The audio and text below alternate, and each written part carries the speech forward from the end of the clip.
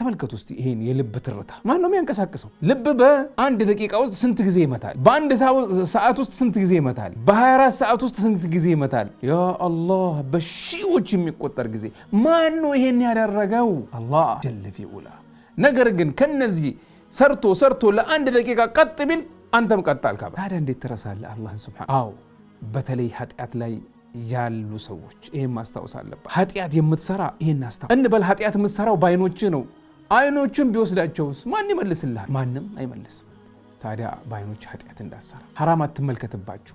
በጆሮ የማይሆን ነገር የምትሰማ ሙዚቃ ይሁን ሌላ ሐራም የሆነ ነገር የምትሰማ ቢወስደውስ፣ ጆሮችን ቢወስድስ ማን ይመልስልሃል? ማንም። ዚና የሚሰራ ቀጥ አድርጎ ሰውነትን ሁሉ እንደዛው በዚያ ላይ እያለ ዜሮ ቢያደርግ ከዛ እንዴት ትነሳለህ? የዱንያ የአኺራ ወር ሰውነትህ በሙሉ የአላህ ነው፣ አማና ነው። ምን እንደምትሰራበት አላህ ሱብሓነሁ ወተዓላ ያያልና ይጠይቃል የውመል ቂያማ። ስለዚህ እንዘጋጅ ምን ለአላህ ሱብሓነሁ ወተዓላ እንደምንመልስ